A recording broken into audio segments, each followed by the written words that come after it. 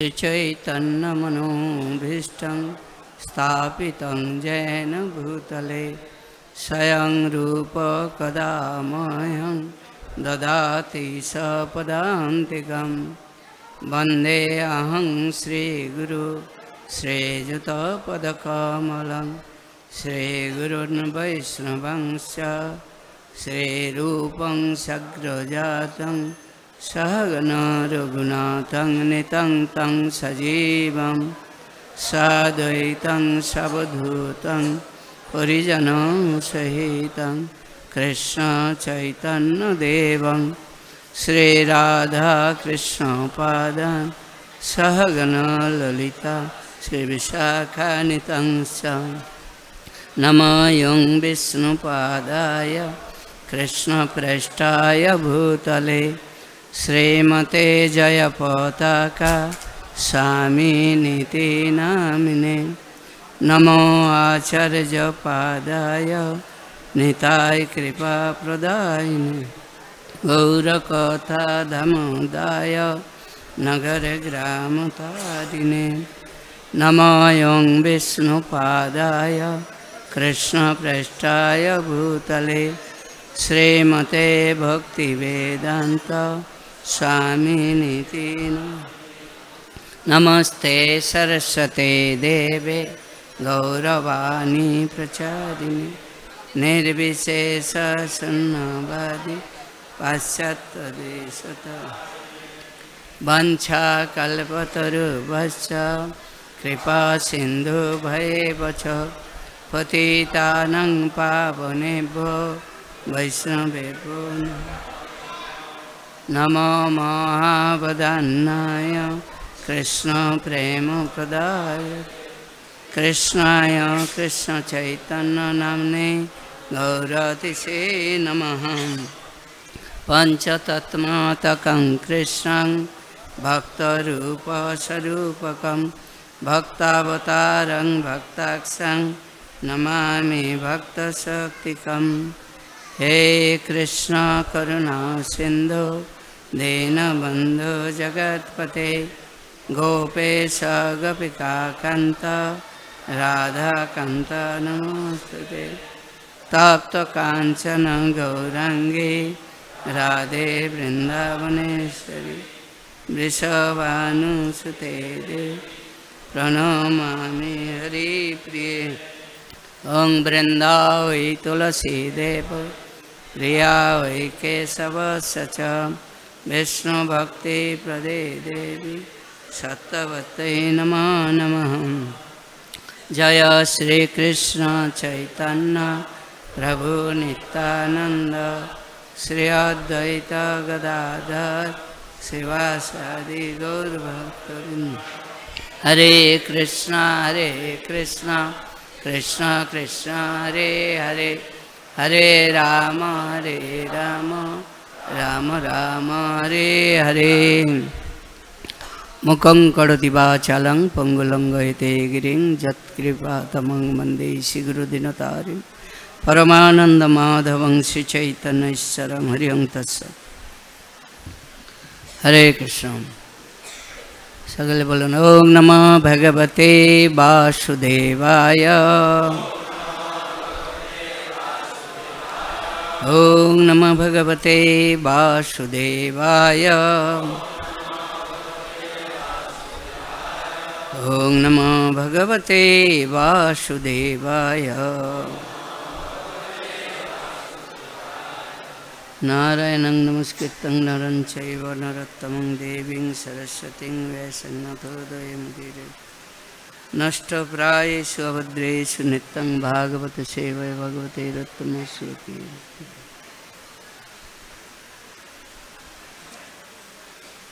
श्रीमद्भागवतम नवम स्कंध अष्टादश अध्याय तृतीय থেকে पंचम श्लोक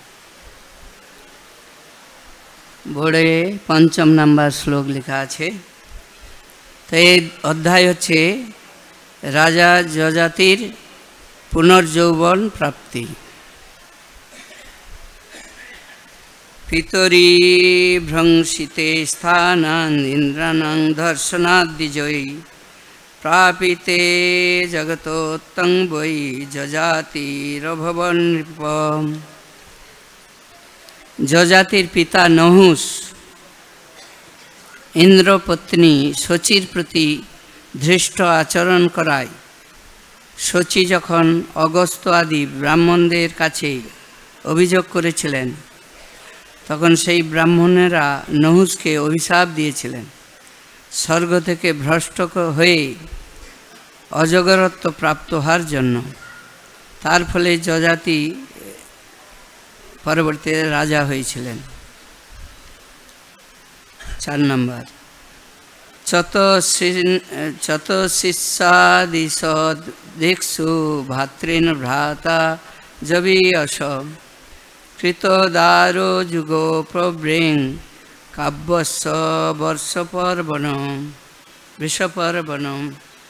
अनुवाद राजा যজাতি তার 4 জন কনিষ্ঠ ভ্রাতাদের চতুর্দিক শাসন করতে দিয়েছিলেন। যজাতি স্বয়ং শুক্রাচার্যের কন্যা দেবযানী এবং বৃষপর্বার কন্যা শর্মিষ্ঠাকে বিবাহ করে সারা পৃথিবী শাসন করেছিলেন। 5 নম্বর বোর্ডে লেখা আছে শ্রীরাজ উবাচ ব্রহ্মশ্রী ভগবান কাব্য ক্ষত্র বন্ধুশ্চ নাহুষ রাজন্ন বিপ্রয়ো কস্মাদ বিবাহ প্রতিলোমক। শ্রীরাজ উবাচ ব্রহ্মর্ষি ভগবান কাব্য ক্ষত্র বন্ধুশ্চ নাহুষ রাজন্ন বিপ্রয়ো কস্মাদ विवाह प्रतिलोमक। श्रीराज उवाच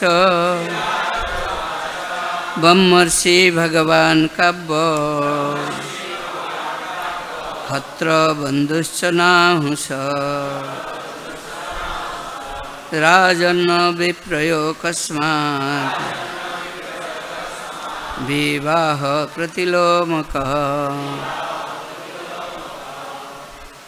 बोलून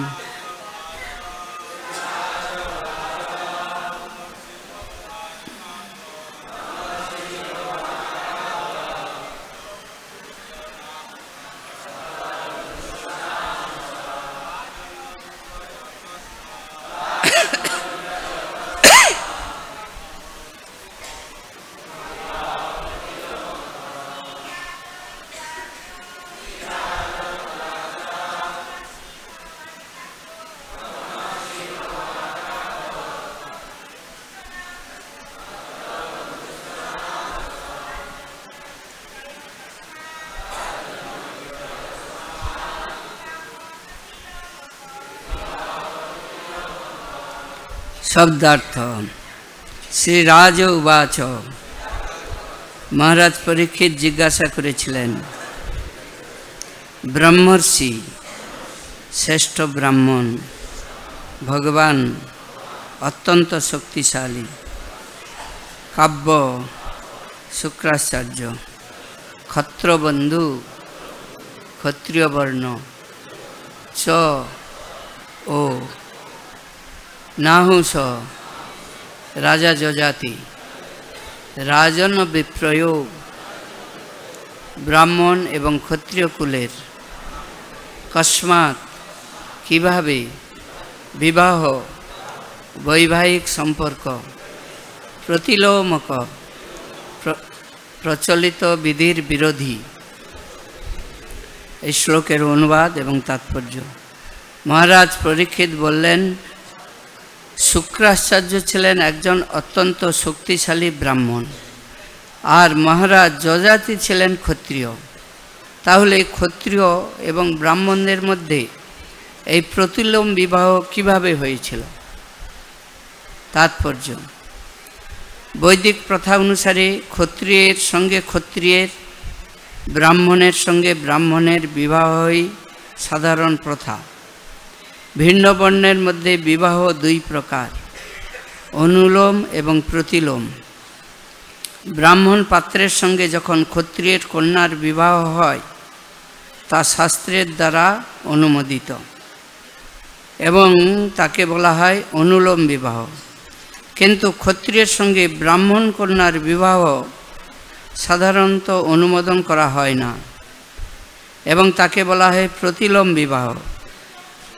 তাই মহারাজ পরীক্ষিত জানতে চেয়েছিলেন, শুক্রাচার্যের মতো একজন শক্তিশালী ব্রাহ্মণ কিভাবে এই প্রতিলোম বিবাহ অনুমোদন করেছিলেন। মহারাজ পরীক্ষিত এই অস্বাভাবিক বিবাহের কারণ জানতে আগ্রহী হয়েছিলেন। এখানে তাৎপর্য সমাপ্ত।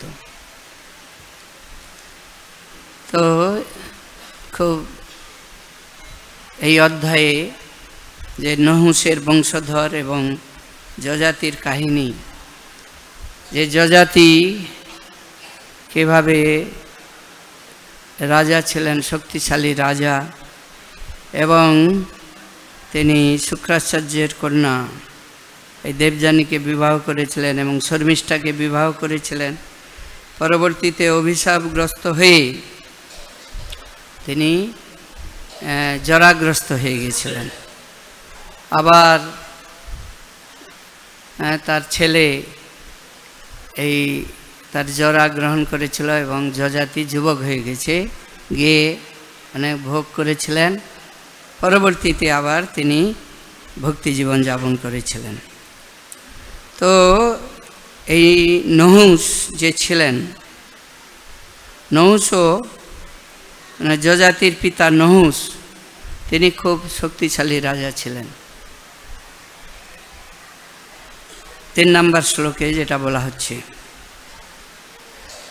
তো তিনি খুব ভক্ত ছিলেন এবং তিনি পুণ্যকর্ম করেছেন অনেক, এবং অনেক অস্টারিটি করেছেন, তপস্যা করেছেন। তপস্যা করলে অনেক শক্তি লাভ হয় এবং এই শক্তির ফলে উনি ত্রিভুবন জয় করতে পেরেছিলেন এবং তিনি অনেক অসুরকেও বধ করেছিলেন। তো এই নহুষ একসময় ইন্দ্রের পদ লাভ করেছিলেন, স্বর্গের রাজা হয়েছিলেন। আপনারা জানেন যে বর্তমান যে ইন্দ্র, তার নাম হচ্ছে পুরন্দর। এই পুরন্দর তিনি বৃত্রাসুরকে বধ করেছিলেন এবং ত্বষ্টা ঋষিকে বধ করেছিলেন। এই জন্য তার ব্রহ্মহত্যা পাপ লেগেছিল এবং গুরুদেব রাজসভায় উপস্থিত হলেও তিনি উঠে দাঁড়ায়নি বলে তার শ্রী নষ্ট হয়েছিল এবং সেই অপরাধের ফলে তাকে ব্রহ্মহত্যা পাপ গ্রাস করেছিল। তখন সেই স্বর্গ ছেড়ে বিভিন্ন জায়গায় ঘুরে বেড়িয়েছিলেন এই ইন্দ্র। এই ব্রহ্মহত্যা পাপ তার কাছে, তার পেছনে পেছনে ধাবিত হয়েছিল। তো তখন স্বর্গরাজ্য কে চালাবে? এই জন্য দেবতারা এবং মুনি ঋষিরা আলোচনা করে এই যশস্বী নহুষকে স্বর্গের রাজা করেছিলেন। তো 100,000 বছর এই নহুষ স্বর্গের রাজা ছিলেন। তো নহুষ যখন স্বর্গের রাজা, আমাদের এই জগতের থেকে স্বর্গের রাজত্বটা আরও বেশি ঐশ্বর্যশালী। তো এই পদ পেয়ে নহুষের মতিভ্রম হয়েছিল এবং তার বিভিন্ন কামনা বাসনার উদয় হয়েছিল এবং তিনি ওই যে ইন্দ্রের যে পত্নী শচীকে পত্নী হিসাবে পেয়েছিল, তাকে ভোগ করতে চেয়েছিল। তো তখন দেবগুরু বৃহস্পতি ওনাকে অনেক নিষেধ করেন আর শচী এতে রাজি হয় না। তখন তিনি অনেক মুনি ঋষিদের কাছে কমপ্লেন করেছিলেন।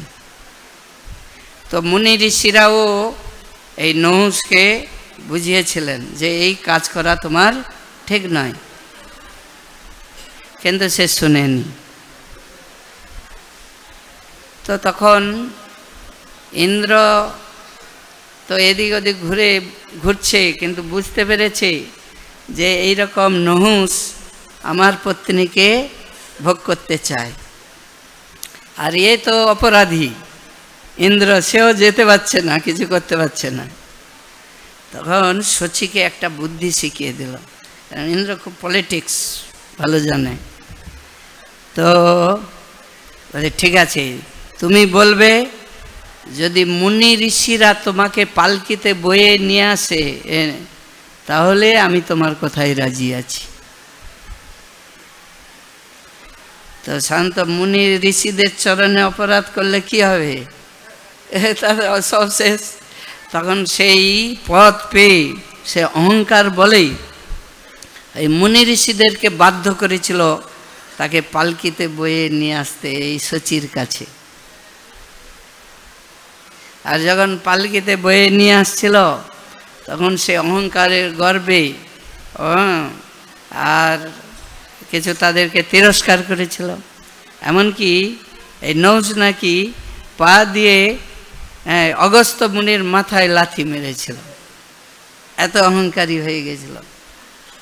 তখন অগস্ত্য মুনি অভিশাপ দিয়েছিলেন যে তুমি অজগর হয়ে জন্মগ্রহণ করো। তখন এই নহুষ অজগর হয়ে জন্মগ্রহণ করেছে, মানে স্বর্গ থেকে পতিত হয়ে গেল। তো দেখুন, এই পথ আমরা শান্ত পাই গুরু গৌরাঙ্গের কৃপায়। যে কেউ পদ লাভ করে, এই স্বর্গের রাজা হওয়াটাও, রাজা যে হতে পেরেছিল কাদের কৃপায়? মুনি ঋষিদের কৃপার প্রভাবে, তাই না? দেবতাদের কৃপার প্রভাবে। তো এই পথ কেউ যদি পায় সেটা আশীর্বাদ জানতে হবে। হ্যাঁ, কেউ যদি পদ লাভ করে, বড় পদ মানে বড় সেবা, বড় দাস, সেবা করার সুযোগ। কিন্তু সেই কৃপা, সেই আশীর্বাদ পেয়ে অনেক সময় আমরা অহংকারী হয়ে উঠি। সেই পথ পেয়ে যেরকম নহুষ অহংকারী হয়ে ওঠে, তার অনেক কামনা বাসনা কত রকম জাগলো। হ্যাঁ, শচীকে ভোগ করতে চাইল, তারপরে মুনি ঋষিদের প্রতি এইরকম অপরাধমূলক আচরণ করতে চাইল। তখন সে বুঝতে পারে না। তো যখন কেউ পদ পায়, সেই পদের যখন অপব্যবহার করে বা এরকম অহংকারী হয়ে যায়, সে কি করছে না করছে বুঝতে পারে না। তখন সাধারণের প্রতি সে অত্যাচার শুরু করে এবং সেই পদাধিকারীর দ্বারা সাধারণ মানুষ উৎপীড়িত হয়, দুঃখ কষ্ট পায়। তখন কি হয়? তার অপরাধ হয়ে যায়, তখন সেই পথ থেকে তার পতন হয়ে যায়। তো তাই যারা পদ আমরা লাভ করি বহু ভাগ্যের, বহু সুকৃতির ফলে বা কোনো মহান ব্যক্তির আশীর্বাদের ফলে, গুরু গৌরাঙ্গের কৃপার প্রভাবে, তার মানে পদের সদ্ব্যবহার করা উচিত। পদ পেয়ে অহংকারী হয়ে অন্যকে উৎপীড়ন করা মানে সেটা অপরাধ। তাহলে সেই পথ থেকে আবার ভ্রষ্ট হতে হবে। যেরকম নহুষ, তাকে একটা অজগর হয়ে জন্মাতে হলো। তখন সেই নহুষ কান্নাকাটি করেছিল অগস্ত্য মুনির কাছে যে আমাকে ক্ষমা করুন, অপরাধ হয়েছে। আর বৈষ্ণবের একটা মহান গুণ হচ্ছে সে ক্ষমা করা, তাই না? তো তখন তিনি বলছিলেন ঠিক আছে, তুমি অজগর হয়ে জন্মাবে, কিন্তু ভগবানের মহান ভক্ত যুধিষ্ঠিরের কৃপায় তুমি উদ্ধার লাভ হবে। তো পরবর্তীতে পঞ্চপাণ্ডবরা যখন বনে মৃগয়া করতে গেছিলেন, তখন ওই ভীমকে এই অজগর ধরেছিল, এই নহুষ। ভীম 10,000 হাতির শক্তি তার গায়ে, তবুও এই অজগর ভীমকে এমন আটকে রেখেছিল, সে কিছুতেই মুক্ত হতে পারছিল না। তো ভীম ফিরছে না দেখে যুধিষ্ঠির মহারাজ তিনি খুঁজতে গিয়েছিলেন। তো দেখে এই অজগর তাকে আক্রমণ করেছে। তখন যুধিষ্ঠির মহারাজ বলেছিলেন অজগরকে যে তুমি একে ছেড়ে দাও। তখন সেই অজগর কিছু প্রশ্ন করেছিলেন এই যুধিষ্ঠির মহারাজকে। তো সেই প্রশ্নের উত্তর দিয়েছিলেন যুধিষ্ঠির মহারাজ, এবং তখন সেই ভীমকে ছেড়ে দিয়েছিলেন, এবং সেই অজগর তখন সেই শরীর থেকে মুক্ত হয়েছিলেন। এবং তাকে যুধিষ্ঠির মহারাজের অনেক প্রশংসা করেছিলেন যে আপনার কৃপায় আমি উদ্ধার লাভ হলাম, দিয়ে স্বর্গে ফিরে গিয়েছিলেন। তাই নহুষ, তো তারই পুত্র এই যজাতি, তো যজাতিও তখন রাজা হয়েছিলেন। যখন এই নহুষ অজগর হয়ে গেল তখন রাজা হলেন কে? এই যজাতি। তো যজাতি একদিন কি হয়েছে না, একটা ঘটনা হয়েছিল। এই জয় শ্রী শ্রী রাধা মাধব কি যায়।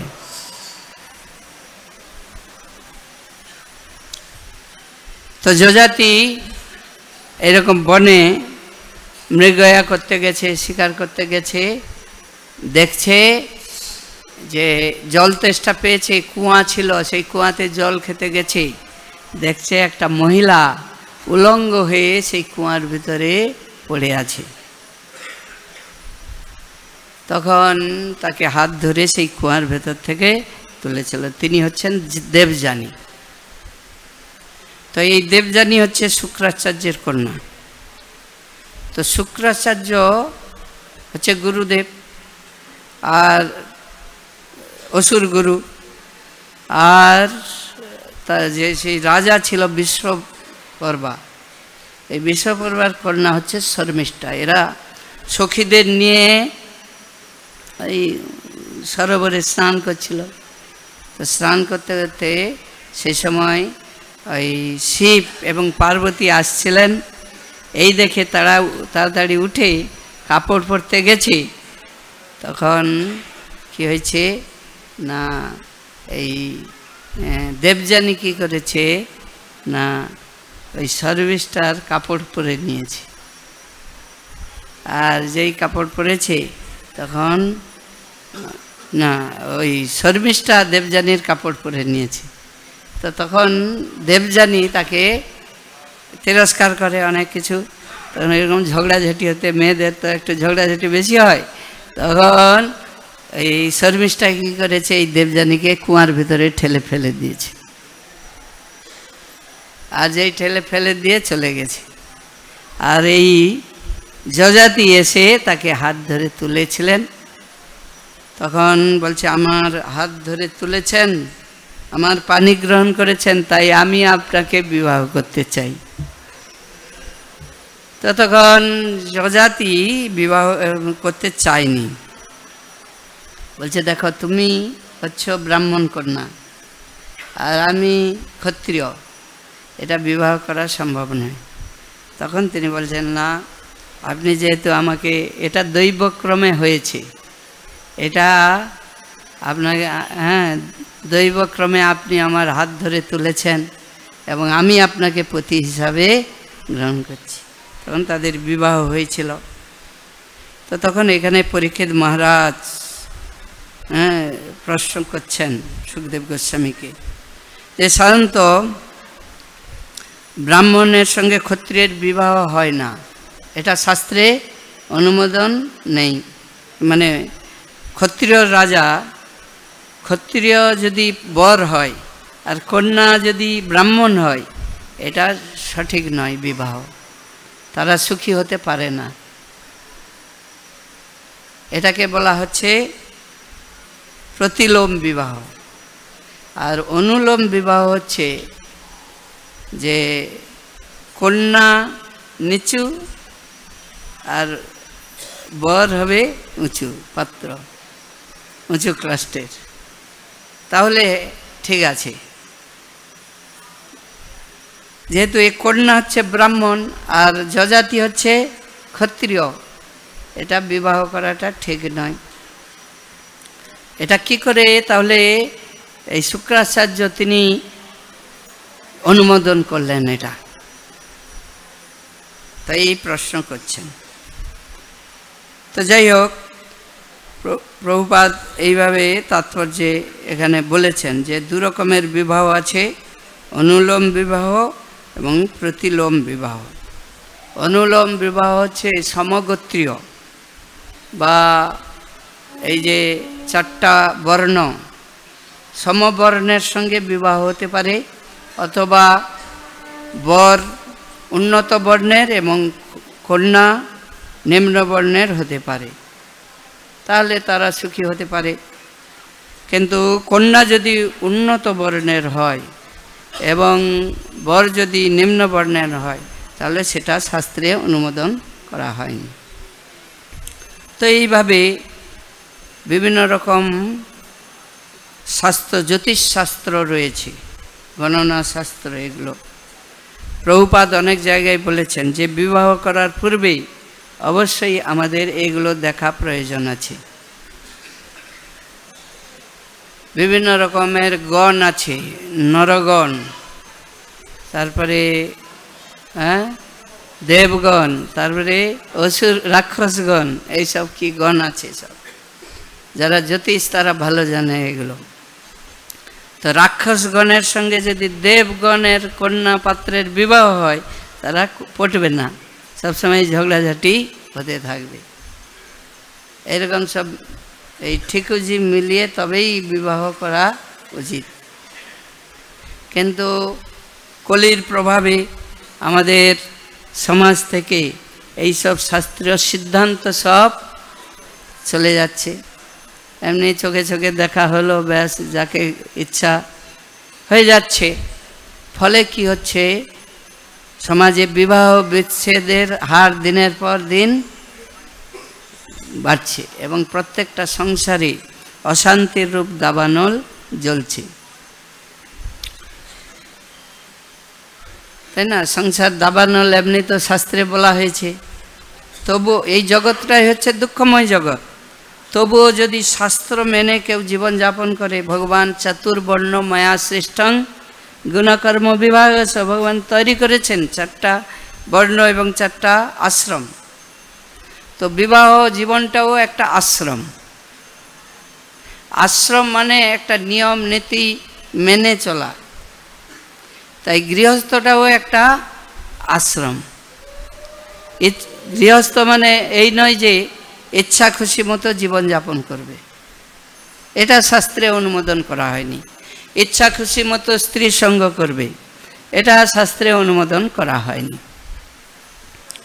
তো কীভাবে গৃহস্থ জীবন প্রতিপালন করতে হয় সে সম্বন্ধে ভাগবতমে বহু বর্ণনা রয়েছে। 7ম স্কন্ধে আদর্শ গৃহস্থ জীবন এ সম্বন্ধে সুন্দর বর্ণনা রয়েছে। প্রহ্লাদ মহারাজ কত সুন্দর উপদেশ দিয়েছেন এই গৃহস্থ আশ্রমের সম্বন্ধে। তাই গৃহস্থ জীবনটা যে ইচ্ছা খুশি মতো চলার জন্য নয়, গৃহস্থটাও একটা আশ্রম, তবেই সে সুখী হতে পারবে। মহাপ্রভু গৃহস্থ হতে নিষেধ করেননি, তিনি বললেন কি, কৃষ্ণেরও সংসার করো, ছাড়িও না। তবে প্রভুপাদ বলেছেন ব্রহ্মচারী থাকাটাই হচ্ছে বেস্ট। ব্রহ্মচারী জীবনটা হচ্ছে সব থেকে ভগবত ভক্তিতে অগ্রসর হওয়ার বেস্ট জীবন। এবং গৃহস্থ হলে 50% চান্স কমে যায় ভগবত ধামে, মানে কেননা গৃহস্থ জীবনের অনেক ঝামেলা আছে, ভজন সাধনে অনেক বাধা আছে। তবুও গৃহস্থরা যদি শাস্ত্র মেনে চলে, তাহলে পদ্ম যেরকম জলে থাকে কিন্তু তার গায়ে জল লাগে না, সেরকম আদর্শ যদি কেউ গৃহস্থ হতে পারে, সে গৃহস্থ হলেও সে মুক্ত হয়ে ভগবত ধামে ফিরে যাবে। কিন্তু ইচ্ছা খুশি মতো জীবনযাপন করলে হবে না। সেই রকম কীভাবে সন্তান উৎপন্ন করতে হয়, কিভাবে সন্তান প্রতিপালন করতে হয়, সেগুলো সব বৈদিক শাস্ত্রে প্রতিপন্ন রয়েছে। কিভাবে বিবাহ করতে হয়, যদি কেউ এইরকম প্রতিলোম বিবাহ করে তার জীবনটা সুখময় হবে না। শুধু হয়তো সে অনুলোম বিবাহ করলো, কিন্তু সে যদি দশবিধ সংস্কার না পালন করে তাহলে তার জীবনটা সঠিকভাবে হবে না। আবার দশবিধ সংস্কারও যদি পালন করে, সে যদি কৃষ্ণ ভক্তি জীবন যাপন না করে তাহলে সব কিছু বেকার হয়ে যাবে, তাই না? তাই মহাপ্রভুর নির্দেশ, কৃষ্ণের সংসার করো ছাড়িয়ে দাও। তো এই জন্য প্রভুপাদ কত সুন্দরভাবে আমাদের এই মঠ মন্দির তৈরি করেছেন, সারা জগতে প্রচার করেছেন, কত নামহট্ট। সেই সব জায়গায় শিক্ষা দেওয়া হচ্ছে কিভাবে আদর্শ হতে হয়, কিভাবে আদর্শ ব্রহ্মচারী হতে হয়, কিভাবে আদর্শ গৃহস্থ হতে হয়, কিভাবে আদর্শ সন্তান পালন করতে হয়, সব কিছু আদর্শ। তো এগুলো আমাদের মেনে চলা উচিত, জানতে হবে কিভাবে গৃহস্থ ধর্ম পালন করতে হয়। এই জন্য এই শ্রবণ কীর্তন গ্রন্থ অধ্যয়ন এগুলো প্রত্যেকেরই কর্তব্য, তাহলেই আমরা জানতে পারবো। তো এই অনুলোম প্রতিলোম এখানে বলা হচ্ছে, সেরকম সংস্কার সন্তান উৎপন্ন কিভাবে করতে হয় সেগুলো গর্ভাধান সংস্কারের মাধ্যমে, সেগুলো প্রভুপাদ অনেক জায়গায় তাৎপর্যে খুব সুন্দরভাবে বর্ণনা করেছেন। বা যারা আদর্শ গৃহস্থ তাদের কাছ থেকে জেনে নিতে হয় কিভাবে এইসব সংস্কার আদি করতে হয়, তাহলে কিভাবে সন্তান উৎপন্ন হবে। শুধু কুকুর বিড়ালের মতো স্বামী স্ত্রীর মিলন হলেই যে ভালো সন্তান হবে তা নয়, তাই না? কিভাবে স্বামী স্ত্রীর মিলন হতে হয় সেগুলো শাস্ত্রে বর্ণনা রয়েছে, সেগুলো জানতে হবে ভালোভাবে গৃহস্থদের। এবং সেইভাবে সংস্কারের মাধ্যমে যদি কেউ হয় সন্তান উৎপন্ন করে তাহলে সে সুসন্তান হবে, নাহলে অসুর সন্তান হবে। আপনারা জানেন হিরণ্যকশিপু, তার পিতা ছিল কে? কর্দন মুনি, তাই না? মুনি ছিলেন, ভক্ত, কিন্তু তার ছেলে কি হয়ে গেল? অসুর। আবার হিরণ্যকশিপু হচ্ছে অসুর, তার ছেলেকে প্রহ্লাদ, সে কি হয়ে গেল? ভক্ত। কেন হয়ে গেল? শান্ত অসুরের ছেলে অসুর হওয়া উচিত এবং ভক্তের ছেলে ভক্ত হওয়া উচিত, কিন্তু ভক্তের ছেলে অসুর হয়ে গেল আর অসুরের ছেলে ভক্ত। তার মানে এই গর্ভাধান সংস্কারের জন্য এটা হয়েছে। হ্যাঁ, যে কর্দমুনি তিনি তপস্যা করেছিলেন, তারপর তিনি অসময়ে গিয়ে তাকে বিরক্ত করেছে, আর মুনি নিষেধ করছেন না এই সময় মিলন হওয়া উচিত নয়, কিন্তু তারপর তিনি শুনেনি, সেই সময় মিলন হয়েছে, ফলে আসুরিক আত্মা ঢুকে গেছে। তার ছেলে হয়ে গেল কি? হিরণ্যকশিপু অসুর। আবার প্রহ্লাদ, সে অসুরের ছেলে, কিন্তু সে ভক্ত হয়ে গেল কেন না? হিরণ্যকশিপু যখন তপস্যা করছিলেন তখন এত কঠোর তপস্যা, কার তপস্যা করছিলেন? ব্রহ্মার তপস্যা করছিলেন। এত তপস্যা করছে, বারবার ব্রহ্মাজি দর্শন দিচ্ছে, কি বর চাও? না আমি অমর বর চাই। আরে আমি অমর নই, তোমাকে কি করে অমর বর দেব? তো কিছুতেই দেয় না। আর বারবার এত তপস্যা করছে, সেই মাথা দিয়ে আগুন বেরোচ্ছে, স্বর্গলোকটা উত্তপ্ত হয়ে যাচ্ছে। তখন সব দেবতারা গিয়ে বিষ্ণুর কাছে শরণাপন্ন হয়েছেন, প্রভু রক্ষা করুন। তখন ভগবান নারদ মুনিকে পাঠিয়ে দিলেন যে তুমি একটা টিয়া পাখির রূপ ধারণ করে তুমি ওই তার তপস্যা ভঙ্গ করো। তখন নারদ মুনি একটা টিয়া পাখি হয়ে যেখানে হিরণ্যকশিপু তপস্যা করছে ওইখানে গাছের ডালে এসে বসে আছে, আর এ বলছে ওং ব্রহ্মায় নমঃ, ওং বিষ্ণুবে নমঃ, টিয়া পাখিটা বলছে। এরকম বারবার যখন বলেই আর তার তপস্যা ভঙ্গ হয়ে গেছে, হ্যাঁ রাগ হয়ে গেছে, বিষ্ণুর নাম শুনে, বিষ্ণু আমার চিরশত্রু, দিয়ে তো তপস্যা ভঙ্গ হয়ে গেল, বাড়ি ফিরে গেছে। ওই বিষ্ণুর কথা স্মরণ করতে করতেই তার স্ত্রীর সঙ্গে মিলন হয়েছে, সেই জন্য তার ছেলে বিষ্ণু ভক্ত হয়ে গেছে।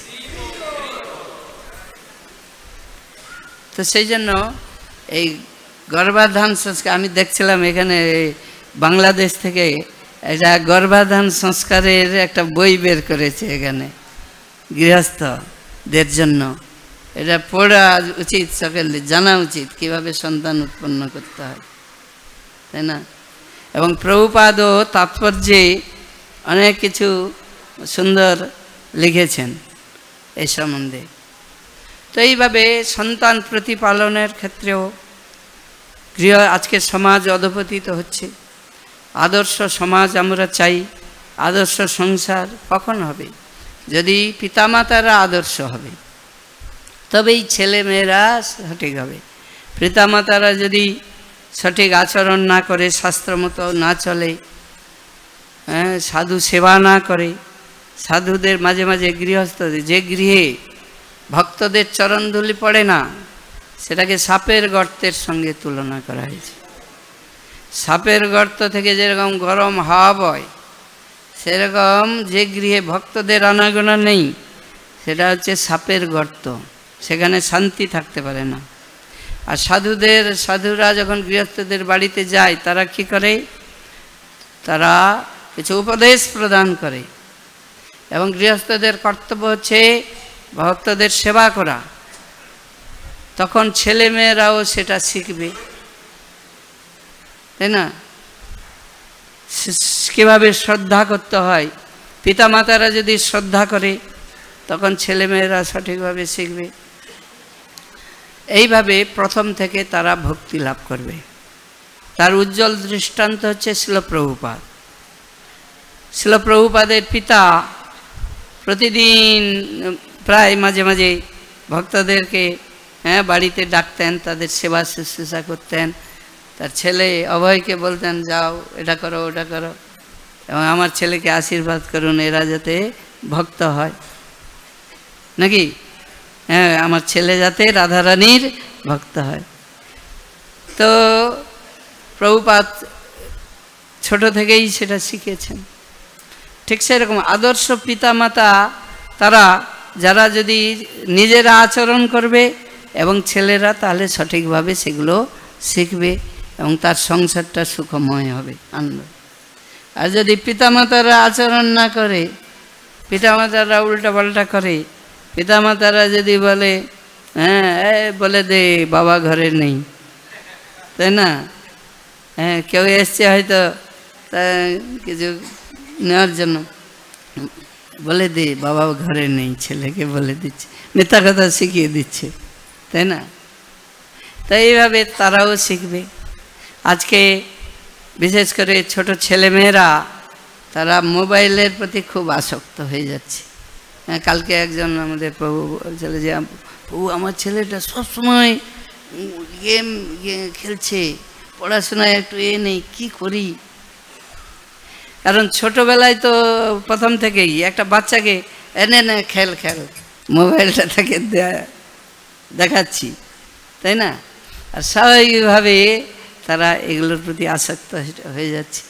আর পিতামাতারাও তো সবসময় ওইগুলো নিয়ে চলছে, টিভি এটা ওটা, তাহলে তারা কেন শিখবে না? এইভাবে। তাই আদর্শ হতে হলে পিতামাতাদেরকে আগে সঠিক আদর্শ হতে হবে, আচরণশীল হতে হবে, তবেই সম্ভব। তো শাস্ত্র, গুরু, এই গৃহস্থ আশ্রমটাও, ব্রহ্মচারী আশ্রম কি সন্ন্যাস আশ্রম, সকলের উচিত গুরুদেবের নির্দেশ মতো চলা। গুরুমুখ পদ্মবাক্য চিত্তেতে করিয়া ঐক্য আর না করিয়া মায়া। তো সব কিছু গুরু গৌরাঙ্গের কৃপার উপরে এবং শাস্ত্রের উপরে ভিত্তি করে আমাদের চলতে হবে। ইচ্ছা খুশির মতো স্পেকুলেশন যদি আমরা করি তাহলে বিভ্রান্ত হতে হবে। সেটা অনেক সময় আমরা নিজেদের জ্ঞান পাণ্ডিত্য দিয়ে বিচার করতে চাই, হ্যাঁ, নিজের বুদ্ধি খাটাতে চাই, তখন আমরা ফেঁসে যেতে পারি স্পেকুলেশন করে। তো এই প্রসঙ্গে তো 4টা কালা লোক ছিল একটা ফ্যামিলিতে, তার স্বামীও কালা, স্ত্রীও কালা, আর ছেলেও কালা, বৌমাও কালা, 4 জন। তো তার ছেলে মাঠে হাল করতে গেছে, ও কালা, তা হাল করতে করতে একটা লোকের একটা গরু হারিয়ে গেছে। তো সেই লোকটা খুঁজতে খুঁজতে এসে ওই লোকটাকে জিজ্ঞাসা করছে যে দেখো, এই গরুটার মতো আমার একটা গরু হারিয়ে গেছে, তুমি কি দেখেছ? তখন সে রেগে যায়, এটা আমার গরু, তুমি কেন বলছো তোমার গরু? বলছে না না, আমার গরু বলছি না, আমার এইরকম একটা গরু হারিয়ে গেছে তাই জিজ্ঞাসা করছি। সে তো কালা, শুনতে পায় না, সে বলছে এই গরুটা তার বলে দাবি করছে। সে রেগে মেগে বলছে না, দিয়ে রেগে টেগে ঘর গেছে। ঘর গিয়ে তার স্ত্রীকে বলছে যে ও গরু নিতে চায় এরকম, এটা আমাদের গরু। তখন তার স্ত্রীও তো, সে তো কালা, এ যে কি বলছে বুঝতে পারছে না। সে বলছে আরে তুমি এক্ষুনি খেয়ে গেলে আবার খেতে চাইছো?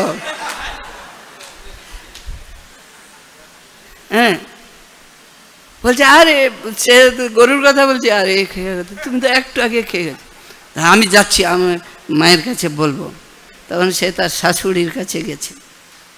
শাশুড়ির কাছে গিয়ে বলছে তোমার ছেলে এক্ষুনি খেয়ে গেল, আবার এক্ষুনি খেতে চাইছে, আমি কখন রান্না করবো, একটু সময় দিতে হবে, এগোতে হবে।